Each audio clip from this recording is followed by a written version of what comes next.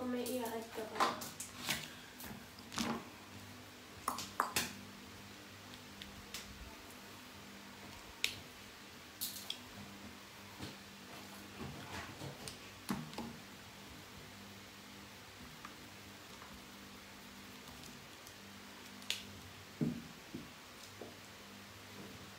Papataas lang po ako.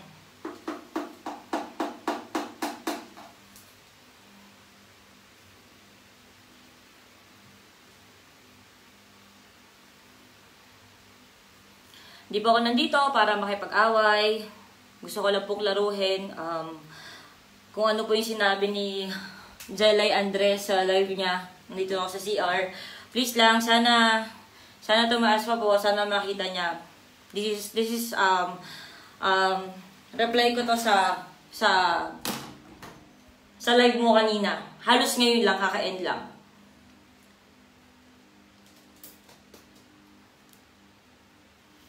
Sensya na sa itsura ko, sobrang di pa ako natutulog. Pataasin pa po natin para ano. Pataasin pa natin yung viewers para isang salitaan din parang kanina.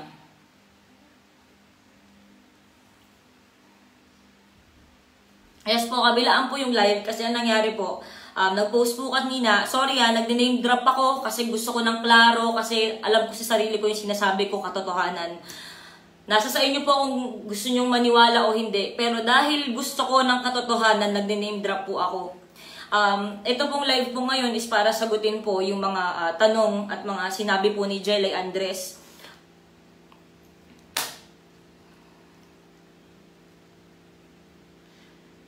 Papatasa po ako ng viewers, hindi po para pa-famous na po, para lang isahan na lang ako ng salita.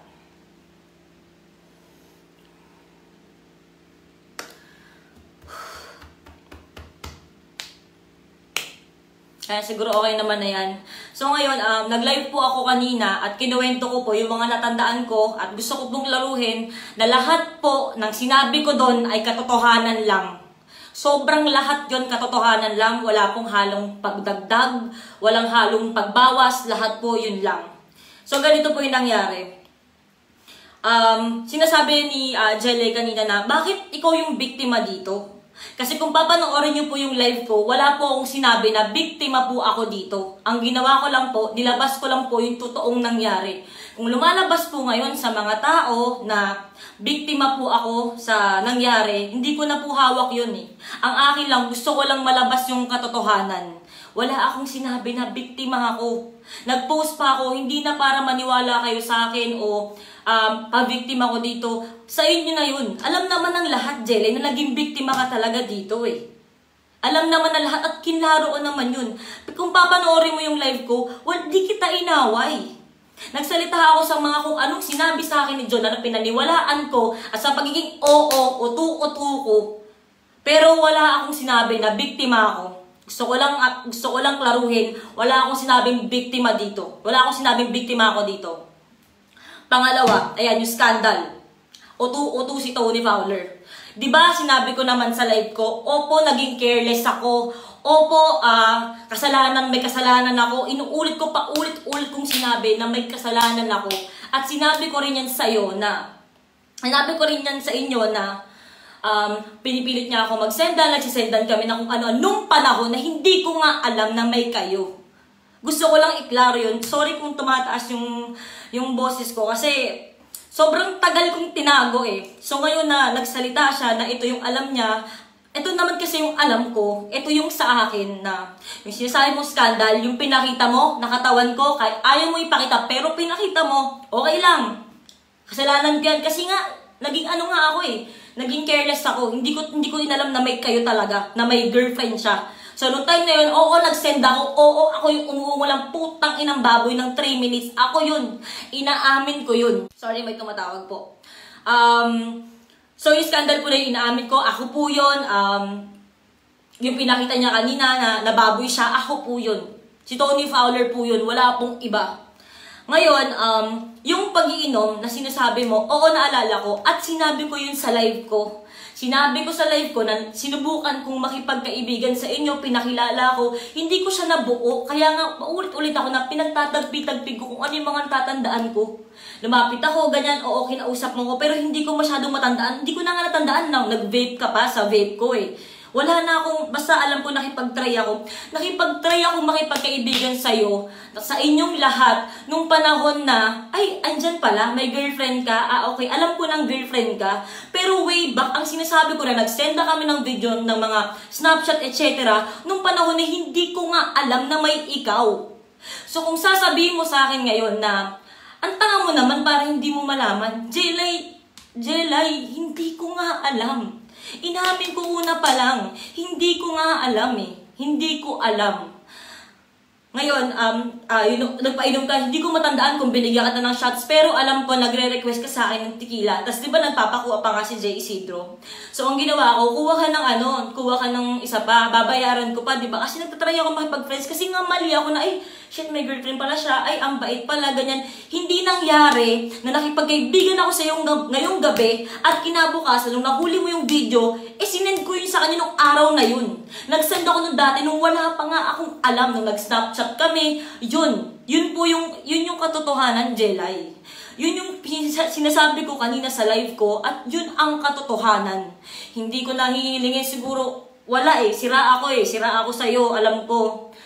Hindi ka para maniwala sa akin, pero uulit-ulitin ko, nag-snapchat ako noon, hindi ko alam na may ikaw yun. Yun yung nagsisenda ng ganito, ganyan sa Viber, na hindi ko alam na may ikaw. Kasi hindi ko na siya pinansin, tapos dumating kayo, nagtry ako makipagkaibigan, kahit parang wala akong mukhang iharap, kasi nga naging careless ako. Sobrang naging careless ako na hindi ko inalam na may girlfriend si John. So, hindi po nangyari, Jelay, hindi nangyari na kinaibigan kita nung gabi, tapos nag-send ako ng kinaumagahan. Walang ganong nangyari. Kaya ako nasasalita ngayon kasi ngayon talaga ako nagsasalita na pagkakataon ko to. Wala naman ako ibang pagkakataon eh. Eto pa, sinulat ko yan habang nag-live ka, sinusulat ko ano bang po pwede kong sabihin sa'yo o sabihin sa mga tao. Ngayon, yung sinasabi niyong bayad sa Facebook at saka sa endorsement, sinasabi mo yan, side mo yan, kaya ako sinabi yung kanina na bayad kayo, ganyan, kasi si John nagsabi sa akin nun. Kaya please lang John, magsalita ka, di ba ikaw nagsabi niyan? Di ba may gig nga ako sa Pampanga, sabi mo umiiyak dun si Jelay. Kasi hindi ka nagpunta, mas pinili mong pumunta sa gig, which is pinost ko yung picture na yun, magkakasama tayo, kasama yung grupo ko, yun yung nag-MC ka sa amin. So, yun siya, wala akong sinabi ni Jelay to na nagbayad sila sa Facebook, and si John Gutierrez po ang nagsabi sa akin na ganun, okay? Si John Gutierrez po. Ngayon, yung kumakain ako sa labas, may nabanggit ka kanina na kumakain ako sa labas. Nung kumakain ako sa labas, kasama ko yung mga kaibigan ko ng birthday ni John na ang alam ko, wala na talagang kayo.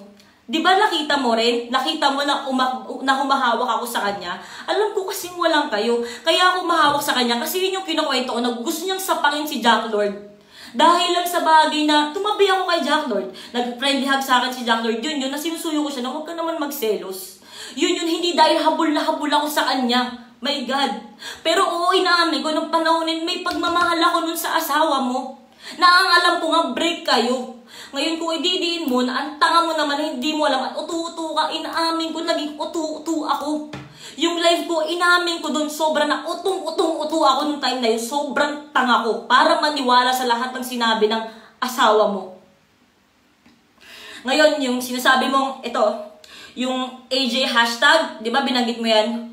Tingnan mo lahat ng post ko. Wala akong hinashtag na ganyan na nickname ng asawa mo. Wala akong hinashtag na ganyan.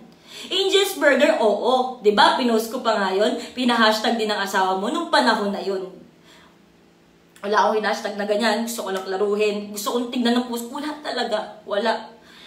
Ngayon, ganito, nung time na binidyohan mo ko, na ang alam ko, break na kayo, at magkasama kami paglabas ng Aubrey na hindi ko alam na nandun ka, oo, sige, nakita mo kami nun. Hindi mo kami sinundan sa Makati. Sinundan mo kami sa Philinvest.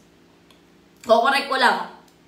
Isa pa, yung sinasabi mo na nagpunta ako sa condo nyo, hindi ako nakapasok sa loob. Hindi ako pumasok sa loob, nandun kami sa labas, nag-aantay kami, siya nagdala lang gamit niya. Kasi nga, Jelly, ang alam ko nga, walang kayo. Yun ang alam ko, walang kayo. Paulit-ulit kong sasabihin. Ngayon, kung ipipilit mo na alam mong kabit ako at ang yun ang tingin mo, dahil na-trauma ka, wala na akong magagawa. Ngayon lang ako nagkaroon ng pagkakataon na sabihin sa'yo, Jelay, ang alam ko nga walang kayo. Yun ang alam ko kasi may gamit siyang nilabas. Hindi ko alam saan nanggaling yung basta naglabas siya ng maleta. Kasama ko nun si Harvey at si Papi. Din nung time na yun. Kaya naniniwala kami sa kanya na okay, siguro nga talagang, oo nga, wala nga kayo. Ulitin ko, hindi ako nagsasabi na biktima ako dito. Ang gusto ko lang magsabi ng katotohanan na ito yung nangyari. Ito yung nangyari. Ito yung totoong nangyari. Isa pa. Yung kay RBC sa pangbabash sa'yo, sa totoo lang, hindi ko pa nakakausap yung manager ko tungkol dun.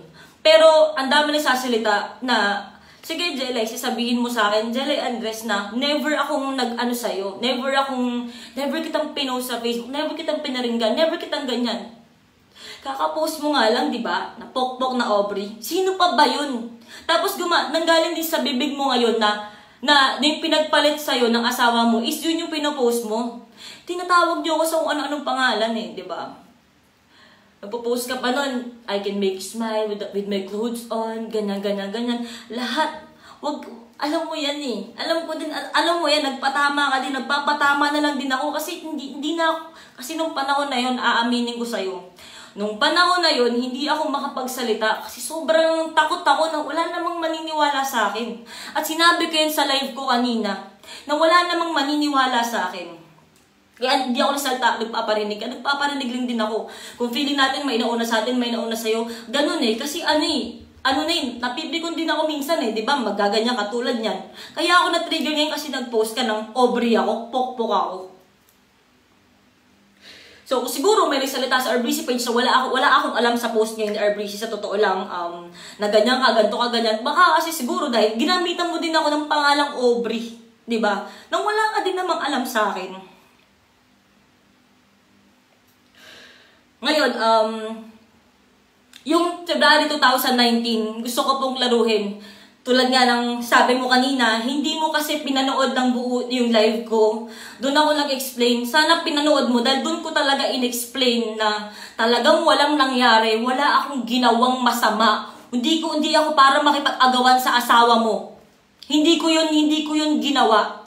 Yun sa part na yun, hindi talaga. Sana naman kasi, John, putang ina, magsalita ka na.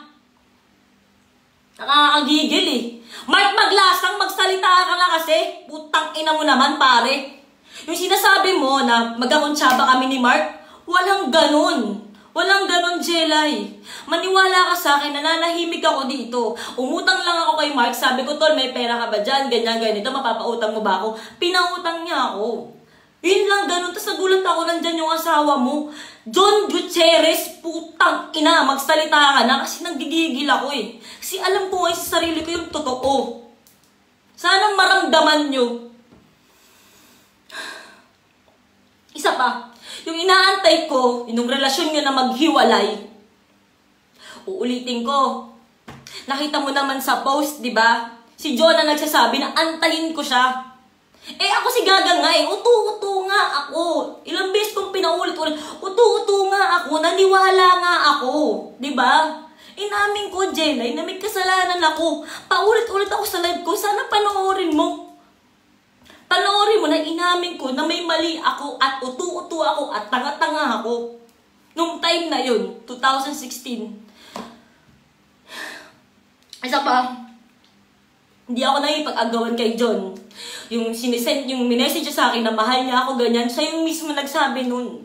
Ngayon, kung bobo ko na naniniwala ko dahil yun yung sinabi niyang statement sa akin, wala yan, tanga ko eh. Ang tanga ko nga, ako nga yung mali. Kasi dapat alam ko yun, di ba? Kasi hindi, pinaniwala niya ako, ang galing mo nga, John eh.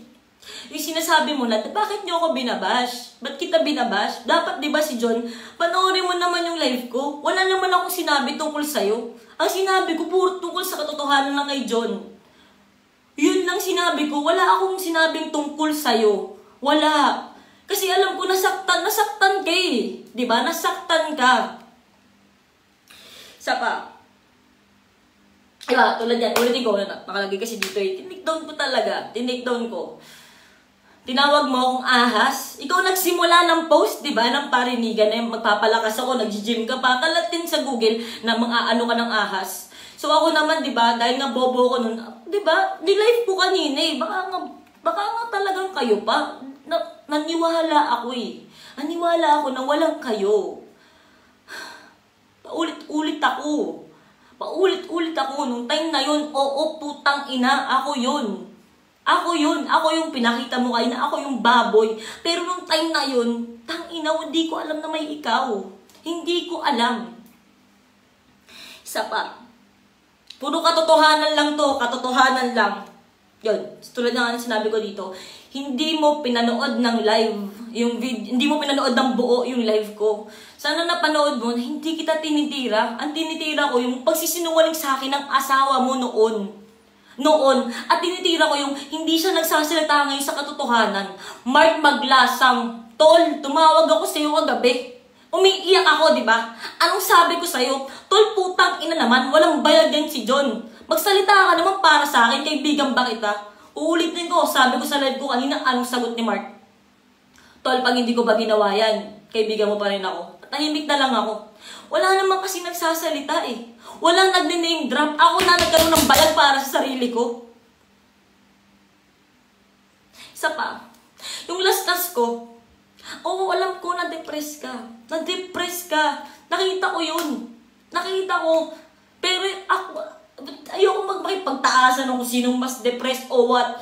Pero Jelay, sinaktan ko yung sarili ko. Hindi ako nagdadrama, hindi ako. Kanina yung naiyak ako. Kasi ang sakit, kailangan kong balikan din. Kung baga ikaw, trauma mo yun. Ako din binalikan ko eh. Kailangan ko ikwento. Kaya naiyak ko kasi talagang sinaktan ko yung sarili ko. Walang kapekean yun. Walang pagpapaka-fame whore. Wala, sinabi ko. Ngayon, isipin mo, di ba iminom kami nun ng NC?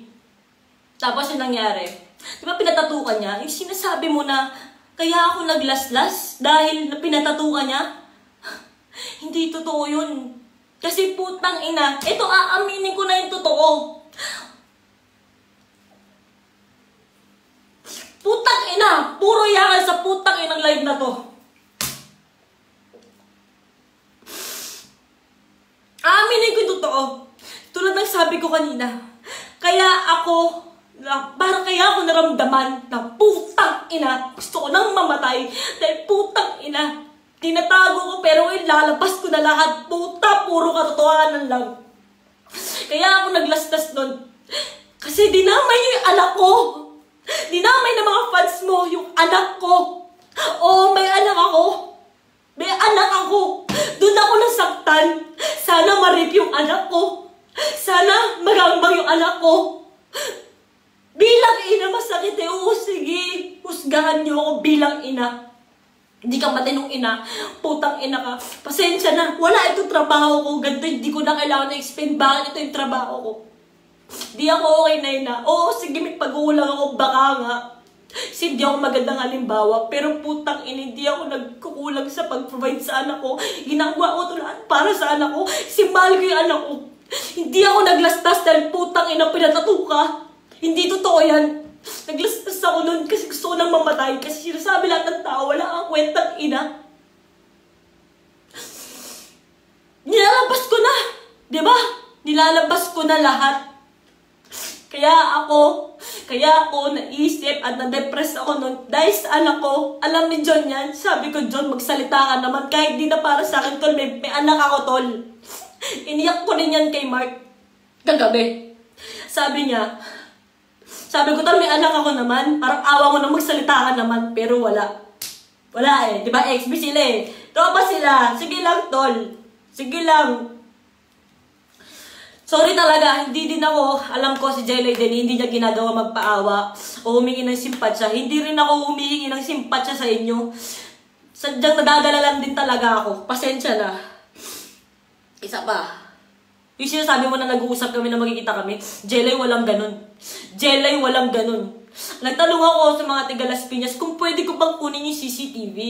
Hindi daw pwede kasi wala namang crime or etc. shit. Kaya kung sino mang nanonood dito na taga sa Las Piñas, tulungan niyo ako. Sana makuha ko yung CCTV para siguro pag napakita ko sa'yo, baka mawala yung trauma mo kahit papano. Baka tulong man lang na hindi, wala akong ginawa. Na wala din ginawa sa akin yung asawa mo. Nagpunta siya, wala akong ginawa. Isa pa. Sorry. Isa pa. Uulitin ko, nagpakilalang single nun si John na wala nang kayo. Uulitin ko lang, paulit-ulit lang na nagpakilala siya nun. Oo, sige Jelay, naging utu-utu ako. Oo, sige Jelay, naging tanga-tanga ako.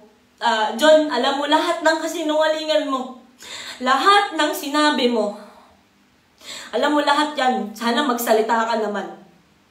Isa pa, to.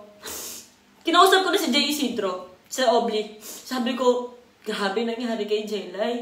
Sumiyak ako sa Obli. Sabi ko, pwede bang ano kayang mag-sorry ako kay Jelay, makipagkita ako. Ang sabi niya sa akin, sabi niya, oh, ba't ka magsasorry doon? Wag na, baka mamaya ma-screenshot ka lang, baka gamitin pa nila yan, tapos i-post nila, edi sasabihin nila na ikaw talaga yung gumawa nun. Jay Isidro, alam mo yan. Alam mo yan. Anthony, alam mo yan, Jamie, Jay Isidro, alam niyo yan. Sinabi ko yun sa inyo, ano kaya kung kausapin ko si Jelay? Yung sinasabi mo kanina, sana kinausap kita. Tinanong ko yan sila, pero sabi nila, Tony, wag, masyadong mainit galit si Jelay. Iba magalit at masaktan ng taong, alam mo yun, na-depress eh. Sabi ko, sige, wag na lang. Eto na. Sinat ka ni Rob Moya, which is yun yung kiniklear mo kanina. Wait lang, bago yun, speaking of Rob Moya, Diyos ko naman, hindi mo ako para pagbintangan. Hindi mo ako para pagbintangan na ng agaw na naman ako. Walang halong katotohanan yan, Jelay. Nakita ko lahat ng messages nila na hiwalay na sila. Nakita ko rin yung huling message ng babae na sabi niya, alam ko, may girlfriend ka na, masaya ka na, ganyan. Gusto ko lang sana makipagkaibigan. Lahat yun nakita ko. Hindi ako makikipagrelasyon ulit sa yung best friend mo, yung dati niyang fiancé ni Rob Moya. Hindi. Wala lang sila. Minake ko yun kasi tinignan ko sa phone eh. Pero, siguro kung meron na naman, baka mali na naman ako, di ba?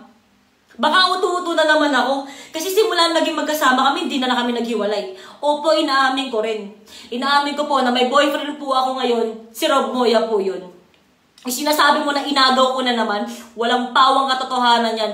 Hindi ko inagaw si Rob Moya, hindi. Wala akong inagaw na ganun. Alam mo yan, Jelay, di ba? Alam mo, wala akong inagaw. Hindi ko inagaw si Rob. Siya lumapit sa akin, naging okay kami, pinahanap niya yung number ko. Siguro, inamin niya rin yan sa akin na mayroon siya dating sinabi sa akin kasi hindi niya pa ako kilala. Nung nalaman niya yung totoong storya, kinilala lang niya ako, naging okay kami, goods kami. Mag-1 year na kami at tahimik kami at masaya kami. Oo, nasasalita ako ngayon ng katotohanan. Bakit? Para sa kakatahimik din ng partner ko. Kasi gusto kong patunayan sa kanya na wala akong ginawa. Hindi ako yung may boyfriend tapos nakipagkita ako kay John dahil Makati ako. Hindi ganun. Gusto ko lang iklaro sa'yo na yung dati, oo nga, naging utu-utu ako. Minahal ko nga dati yung asawa mo. Pero ngayon, mahal ko si Rob. Maayos kami. Maayos kami. Ngayon, dumating dito si John, nagkagulo kami. Tapos yung mini-message mo pa kay Rob na talagang may nangyari, pinaninindigan mo, sige lang, hindi ko alam saan mo nakuha yung ebidensya mo na yan, pero kaya kong patunayan. Please lang, Las Piñas, pagbigyan nyo ako ng unang CCTV. Sobra. Please lang, John Gutierrez. Please lang, Mark Maglasang XB, mga XB. Salita naman kayo ng katotohanan. Isa pa, speaking of Rob Moya, ulitin ko, wala akong inagaw, masaya kami, maayos kami. So sana naklaro ko lahat. Isa pa, yung nag-message sa'yo si Rob Moya, hindi ko alam kung last week yun. Sa kotse, bumaba siya sa kotse, dala niya yung phone niya. Tapos di ba sabi mo gusto mo makipag-usap. Alam ba sino tumatawag na sa'yo? Di ba ang dami miss call sa phone mo? Tapos hindi mo sinasagot. Tapos may nag-message, bigla kalmado. Sabi niya, usap tayo para malaman na lahat, magkaalaman na. Di ba? Jelay, ako yun. Sobrang nangangati ako na kausapin kita. Kasi nga may nilalabas na naman si mga gago na kabulshitan. Kaya sabi ko, baka naman talungin mo si Rob. Sabi ko sa kanya, baka naman panahon na para kausapin ko si Jelay. Kasi nung time na yun, bobo ko, nag-iutu-utu ako, nasaktan ko yung tao. Umiyak ako kay Arbreezy. Sabi ko sa kanya, kung tatanggalin mo ako sa Arbreezy, dahil magsasalita ako, gagawa ako ng gulo eh. Sabi ko, okay lang. Sabi niya, ano bang gusto mo? Gusto kong umamin sa pagkakamali ko, which is ginawa ko. Sinabi ko rin, alam mo yan, Anthony Lodones, galing ako sa iyo kagabi.